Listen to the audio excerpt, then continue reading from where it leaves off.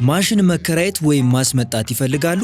እንግዲያውስ ዜድጂ ኢንጂነሪንግ ለፋውንዴሽን፣ ለአስፋልት ዳርቻ ስራዎች፣ ለኳሪ፣ ለኮንክሪት ስራዎች የሚሆኑ የተለያዩ ማሽኖች ያስመጣል፣ ያከራያል። የአንከርና የፓይል መሰርሰሪያ ማሽኖች፣ የድንጋይ መሰርሰሪያ ማሽኖች፣ ከርብስቶን ማሽኖች፣ ሚኒ ኤክስካቫተሮች፣ ኮንክሪት ፓምፖችና ግራውቲንግ፣ ኮንክሪት ባቺንግ ፕላንቶች፣ ብሎኬት ማሽኖች፣ አስፋልት ሆት ሚክስና ሪሳይክለሮች፣ ሮድ ሐመርና ቤቶች፣ የአፈርና አስፋልት ላብራቶሪ ዕቃዎች፣ የማሽኖች ብልሽት መመርመሪያ ዲያግኖስቲክ ቱሎችና ሌሎችም በኪራይም ሆነ በሽያጭ እናቀርባለን። ዜድጂ ኢንጂነሪንግ አድራሻ ጀሞ ሚካኤል አፍሪካ ህንፃ፣ ስልክ 0931 49 38 56።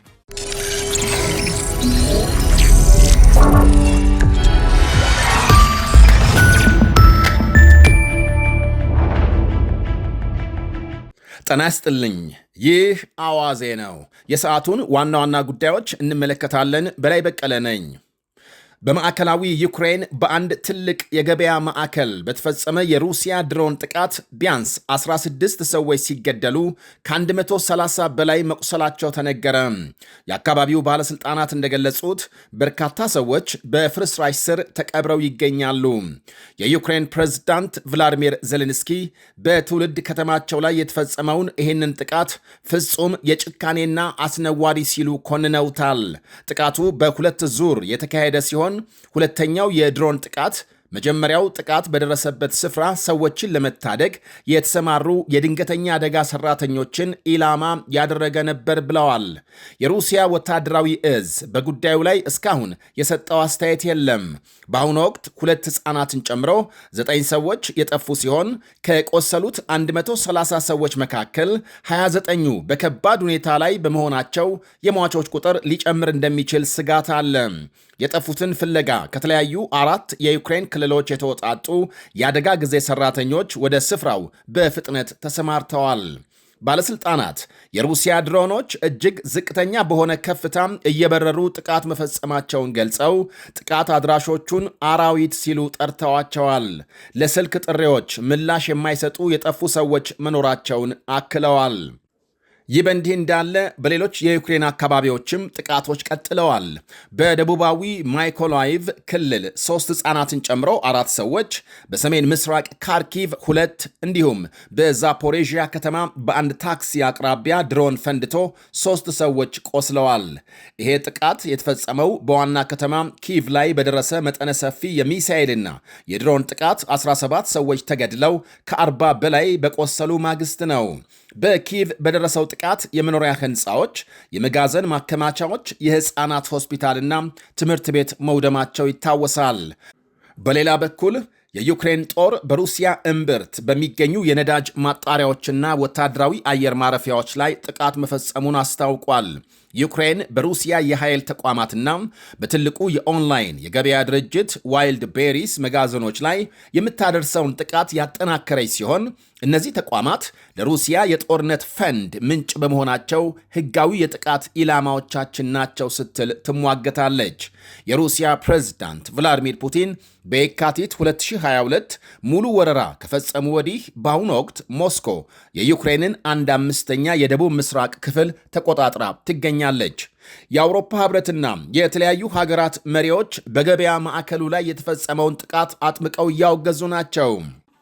የአውሮፓ ህብረት የውጭ ጉዳይ ኃላፊና ከፍተኛ ዲፕሎማት ካጃ ካላስ ጥቃቱን ታቅዶ የተፈጸመ ሽብር ሲሉ ኮንነውታል።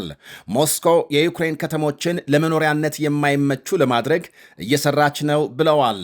ጥቃቱን ተከትሎ የአውሮፓ ህብረት ጦርነቱ ከተጀመረ ወዲህ እጅግ በጣም ጠንካራና ሰፊ የሆነ አዲስ የኢኮኖሚ ማዕቀብ በሩሲያ ላይ ለመጣል ማቀዱን አሳውቋል። የእንግሊዝ ጠቅላይ ሚኒስትር አንዲ በርናም ጥቃቱን በማውገዝ ሀገራቸው ለዩክሬን የምታደርገውን ወታደራዊና የዲፕሎማሲ ድጋፍ አጠናክራ እንደምትቀጥል በድጋሚ አረጋግጠዋል። የዩክሬን አዋሳኝ የአውሮፓና የኔቶ አባል ሀገራት ላይ የደህንነት ስጋት በመጨመሩ ምክንያት ፖላንድ፣ ሮማኒያና ሞልዶቫ የአየር ክልላቸውን ጥበቃ ማጠናከራቸው ተነግሯል። የፈረንሳይ ፕሬዝዳንት ኢማኑኤል ማክሮንና የቡድን 7 መሪዎች ባወጡት የጋራ መግለጫም ንጹሐን ዜጎች የሚገበያዩበትን ማዕከል ኢላማ ማድረግ ግልጽ የጦር ወንጀል መሆኑን ገልጸዋል። ጥቃቱን ተከትሎ የዩክሬንና የቤልጅየም መንግስታት ዩክሬን ራሷን እንድትከላከል የሚያስችላትን አዲስ የድሮን ስምምነት በፍጥነት ለመፈራረም ንግግር ጀምረዋል። ጥቃት መፈጸሙን ተከትሎ ሩሲያ ለድሮንና ሚሳኤል ማምረቻ የምትጠቀምባቸው የኤሌክትሮኒክስና ጥሬ ዕቃዎች ወደ ሀገሪቱ እንዳይገቡ ሙሉ በሙሉ ታግደዋል። አውሮፓ ከሩሲያ ጋር አሁንም በስውር የሚነግዱ የሦስተኛ ወገን ኩባንያዎች ላይ ከባድ የገንዘብ ማዕቀብ ጥላለች። በጥቃቱ ላይ እጃቸው አለበት የተባሉ የሩሲያ ወታደራዊ አዛዦችና ባለሥልጣናት በአውሮፓ ያላቸው የባንክ አካውንትና ንብረት ታግደዋል። የሩሲያ ድሮኖች በዩክሬን ድንበር አቅራቢያ እጅግ ዝቅተኛ በሆነ ከፍታ መብረራቸው የጎረቤት ሀገራት ወታደራዊ ስጋት እንዲጭር አድርጓል። ፖላንድ የሩሲያ ሚሳኤሎች የአየር ክልሏን ጥሰው እንዳይገቡ ለመከላከል የኤፍ-16 የጦር አውሮፕላኖቿን በድንበር አካባቢ ስታሰማራ፣ ሩማንያ በዳኑቤ ወንዝ አቅራቢያ በሚገኝ የዩክሬን ድንበር ላይ አዳዲስ የራዳርና የጸረ ድሮን መከላከያ ስርዓቶችን አንቀሳቅሳለች። የሞልዶቫ መከላከያ ሚኒስቴር የአየር ክልሉን የሚከታተሉ አዳዲስ የራዳር ቴክኖሎጂዎችን ስራ ላይ ለማዋል እንዳቀደ ገልጿል። የኢራን ፓርላማ አፈ ጉባኤ መሐመድ ባጋር ጋሊባፍ ሕዝቧ ከተራበ ኢራን ልትጸና አትችልም በማለት የሰጡት ማስጠንቀቂያም ከአክራሪ የሀገሪቱ ፖለቲከኞች ጠንካራ ትችት አስከትሎባቸዋል። ድክመትን ማሳየት ተጨማሪ የአሜሪካንን ጫና ይጋብዛል ሲሉ የአፈ ጉባኤውን አስተያየት ተችተዋል። ባግዳድ በሚገኝ የኢራን ኤምባሲ ነጋዴዎች ጋር በተካሄደ ስብሰባ ላይ አፈ ጉባኤው ከወታደራዊ ጥንካሬ ጎን ለጎን የምጣኔ ሀብት አቅም መገንባት እንደሚያስፈልግ አጽንኦት ሰጥተው ተናግረዋል። ምንም ያህል ወታደራዊ ኃይል ቢኖረንም ሕዝባችን ከተራበ የገንዘብ ዝውውርና የኢኮኖሚ እድገት ከሌለን ልንጸና አንችልም ብለዋል። አድሏዊ ያሉትን ማዕቀብ ለመመከትም ዕቅድ ሊወጣ እንደሚገባ ጥሪ አቅርበዋል። ይሄ የአፈ ጉባኤው ንግግር የአሜሪካንን ኢኮኖሚ ተጽዕኖ አምኖ እንደመቀበል ይቆጠራል ባይ ናቸው አክራሪ ፖለቲከኞች። የቀድሞ የሀገር ውስጥ ቴሌቪዥን አቅራቢ መሱድ ባራቲ በኤክስ ገጹ ላይ የአሜሪካ ፕሬዝዳንት ትራምፕ የኢኮኖሚ ዘመቻቸውን ባጠናከሩበት ወቅት የተሰማው የአፈ ጉባኤው አስተያየት የደካማነት መልእክት ያስተላለፈ ነው በማለት ጽፏል። ይሄ መልእክት ኢራን ደካማ ናት የሚለውን ምስል በማጠናከር ጠላት ጫናውን እንዲያጠናክር ያደርገዋል ሲል አክሏል። የድክመት ምልክት እንዳይታይ የሚሉ ማስጠንቀቂያዎች በመላው ኢራን በተደረጉ የአርብ ጸሎት ስብከቶች ላይ በሰፊው ተንጸባርቀዋል። ይሄ ውዝግብ የተነሳው የትራምፕ አስተዳደር በኢራን ላይ በታሪክ ከባድ የተባለውን ማዕቀብ ለመጣል እየተዘጋጀ ባለበት ወቅት ነው። የገንዘብ ሚኒስትሩ ስካት ቤሰንት አዲሱ ዕቅድ አሁን ያለውን የአሜሪካ እገዳ ይበልጥ በማጥበቅ ኢራንን ለማፍረስ ያለመ ነው ብለዋል።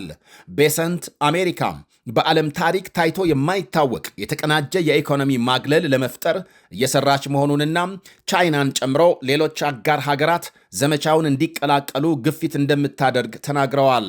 ምክትል ፕሬዝዳንት ጄዲ ቫንስ በበኩላቸው ቴሄራን ይህንን ጫና ለሳምንታት፣ ለወራት ወይም ከዚያ ለበለጠ ጊዜ መቋቋም አትችልም ብለዋል።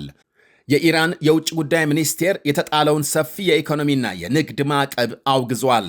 ድርጊቱ የአሜሪካ መንግስትን ጸረ ሰብአዊ፣ ህገወጥና የበላይነት ፈላጊ ባህሪ የሚያሳይ ነው ብሎታል። ሚኒስቴሩ ማዕቀብና የኢኮኖሚ ጫና የጦርነትና የወታደራዊ ጥቃት ሌላኛው ገጽታ ናቸው ሲል ገልጿል። የውጭ ጉዳይ ሚኒስትሩ አባስ አራክቺ ትራምፕ የኢኮኖሚ ዲ-ዴይ በማለት የጠሩትን ዘመቻም አሜሪካ ካለባት የራሷ የኢኮኖሚ ቀውስ ትኩረት ማዞሪያ ነው ሲሉ አጣጥለውታል። በተቃራኒው ፕሬዝዳንት ማሱድ ፒዜክሺያን በንግግሮቻቸውና በቃለ ምልልሶቻቸው የኢራን የኢኮኖሚ ሁኔታ እያሽቆለቆለ መምጣቱን በተደጋጋሚ አምነው ተቀብለዋል። ይህም በቴሄራን ይፋዊ መግለጫዎችና በከፍተኛ ባለሥልጣናት ስጋት መካከል ያለውን ልዩነት አጉልቶ አሳይቷል። ይህ አዋዜ ነው። ውበት፣ ጥራት፣ ምቾት በአንድ ላይ ከጎልደን ፓላስ ሪል ስቴት በመሃል 22 ከፍ ባለ ሎኬሽን ውብና ማራኪ እይታዎችን ከዘመናዊ የአኗኗር ዘይቤና ከምቹ አከፋፈል ጋር ያገኙ። ከ495 ሺህ ብር ቅድመ ክፍያ ጀምሮ በ50% የባንክ ብድር እንዲሁም እስከ 10% የሚደርስ ልዩ ቅናሽ አዘጋጅተን ከባለ 1 እስከ ባለ 3 መኝታ ማለትም ከ86 እስከ 165 የካሬ አማራጭ የመኖሪያ ቤቶችን ይዘንሎት መጥተናል። እነዚህ ቤቶች ሲገዙ ጂምና ስፓ፣ የከርሰ ምድር ውሃ፣ በቂ የመኪና ማቆሚያ፣ ስታንድ ባይ ጀነሬተር፣ የልጆች መጫወቻ፣ የመዋኛ ገንዳ፣ የተንጣለለ ቴራስና የመሳሰሉትን አብረው ያገኛሉ። ልብ ይበሉ፣ ይህ ቅናሽ የወጣው ለተወሰኑ ቤቶችና ደንበኞቻችን መሆኑን ያስተውሉ። ለበለጠ መረጃና ለሳይት ጉብኝት ከታች ባሉ ስልኮች ይደውሉ። ጎልደን ፓላስ ሪል ስቴት